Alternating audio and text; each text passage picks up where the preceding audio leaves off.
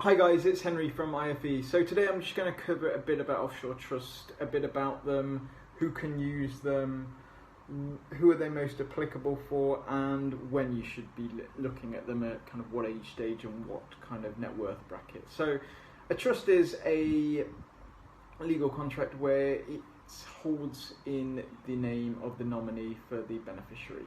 So that's what it is. What kind of personnel should use trust?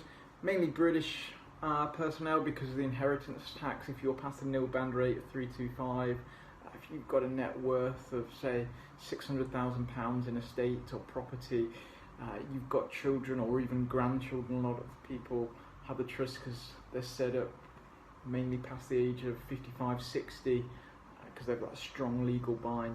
That's when you'd look at a kind of trust. So there's different forms of trust. There's charitable ones, there's interest in possession trust, discounted gift trust, split trusts.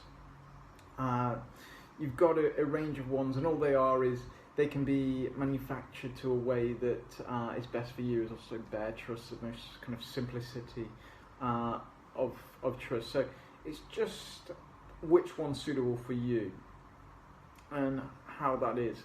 So for the personnel that ideally would want to look in an offshore trust, you'd be either an expat with a net worth of over 500,000 US dollars or higher, mainly in the kind of elder region with children or a spouse that you'd want to leave an estate to, because that's when a trust comes most into effect, is when you want to plan your estate planning. You've got property in a few different countries. Say for example you're a UK citizen still, you've got a different residency. You can use an offshore trust to mitigate the inheritance tax liability, also the capital gains tax and the income tax that you can take out. So in the UK it's stuck at £12,500 income tax. That would be subject to personnel if they're taking out more. Also, if you've got, for example, very popular in Asia is if you've got a foreign spouse that's 20 years younger, children, you can set up a trust where it gives out at a set date and it gives a set amount each year, so you're not giving them the whole kind of $1 million straight away because you don't think they're financially literate to deal with that. So you can give it out so it gives a bit each year while still earning kind of interest on the trust as well. So there's a bit about trusts very briefly.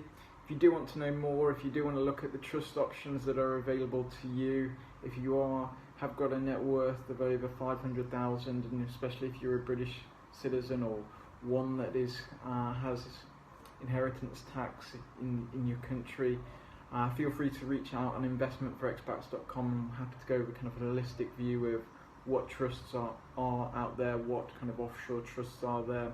I'll also put a link to this video about the article I read about offshore trusts.